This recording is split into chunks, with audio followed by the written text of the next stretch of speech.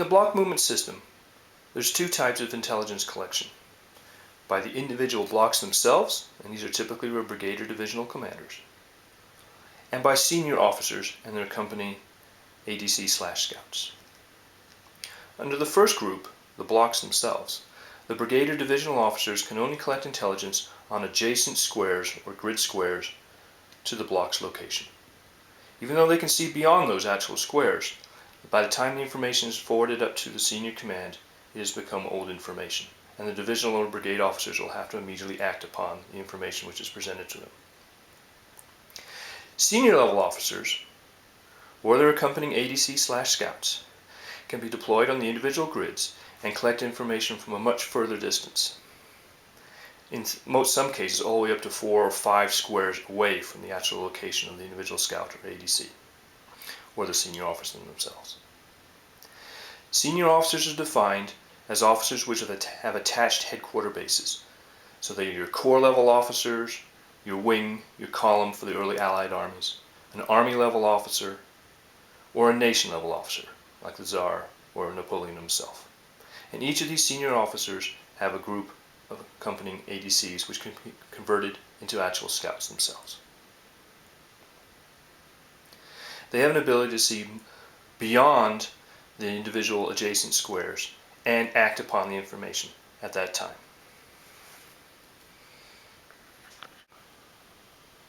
Now, from a senior officer's point of view, which is the same for a scout, once you start pulling back, you can see they have a much greater range on the tabletop. All these code letters you see deployed upon the tabletop represent an ability to see the actual enemy. For example, we have the senior officer in this grid square. In the square directly in front, we have a code letter A. Off to the side or a diagonal, we have a code letter B. You go further up, they could become C's. And if you go really far into the distance, it will eventually become a D. Now, what do these letters represent? Well, basically means an A is an immediate sighting. You can certainly see the enemy. You can tell their nationality, their coat colors, how strong they are, how many forces they have in their individual command. I mean battalions, batteries, cavalry regiments, things of that nature. It's near complete information. Or if you have a B sighting, you're going to get basically the same information, but the difference is there can be a little bit of a fudge factor. Your opposite player can change the values up to 25%. So it's not total complete information. But in both circumstances, you know that there's an actual enemy formation. And in most circumstances, because they're in adjacent squares, the figures would be actually deployed on the table. More on that later. But when you come out to C sightings, all you can tell is that there's an actual enemy force there. You can't tell if it's infantry or cavalry or artillery or anything of that nature. You just know that there's a blob of enemy formations out in that direction. And you'd have to get closer or have the weather improve or something of that nature to get an actual more accurate report. And then last but least, when you get to a D sighting, you get no report at all. You cannot see into a D square. It's beyond your capability of collecting information, and any information that you did theoretically see, you can't confirm or something of that nature. So there's 4 grades. We start with the A as being absolute total knowledge. B is you know there's something there. In some circumstances it might be actually deployed on the table. And you've got a pretty strong capability of knowing how many infantry, cavalry, things of that nature. A little bit of a fudge. C, you know something's there, but what it is you don't know, but you do know it's definitely a real. And it's not a dummy or a decoy type command. And last but least, D is you get no information at all. You can't determine what's there. You just know there's a block on the table in that particular grid, and that's all you know. Well, enemy formations or blocks never block the intelligence collection activity. Actual physical vertical terrain will. So items like large towns, fortress walls, hills, or area woods would automatically block the line of sight, and therefore no intelligence information would be provided.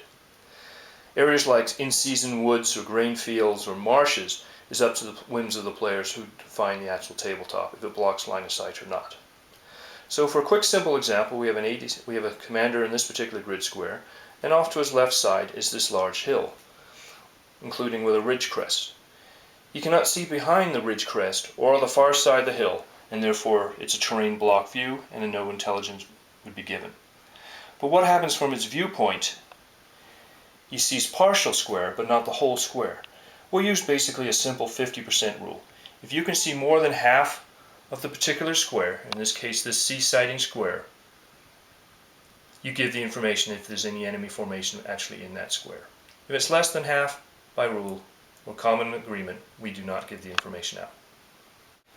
Information typically is given out during the command phase, because this is when the independent officers or their ADCs will actually be moving on the tabletop.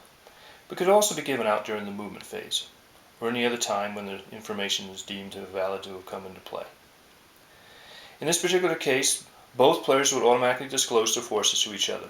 There's no rhyme or reason to who goes first, but it is considered mutual information. So in this particular example, I have a senior officer in this grid square here. And 2 squares forward, there's an Austrian block.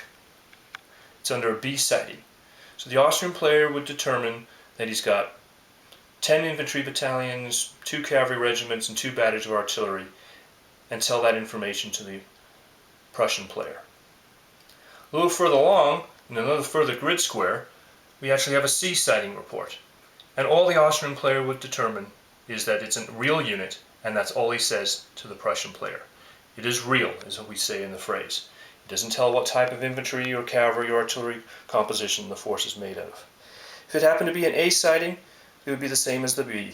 You would give specific information, including particular uniform details, like if it's an elite or grenadier type formation.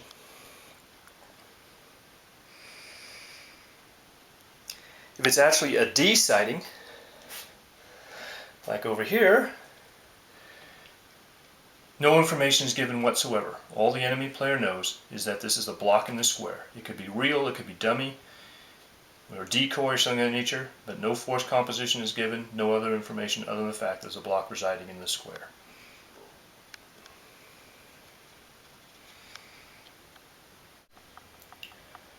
The weather and visibility charts have a scale of 1 to 10, where 1 being perfectly flat ground, wide open, perfectly clear day, no wind, no dust, no haze in the air, all the way through 4 or 5, which are your typical battlefield days, slightly cloudy, battlefield smoke, and things of that nature. And then you go into the nighttime charts, which would be like 8, 9, and 10, where visibility becomes severely constrained. The worst being chart 10, which basically is a blizzard.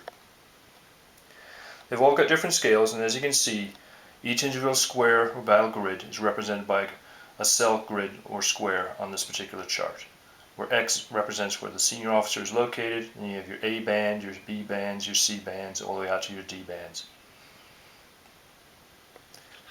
Check out the PDF attachment to this file so you can get a clearer definition of these actual charts.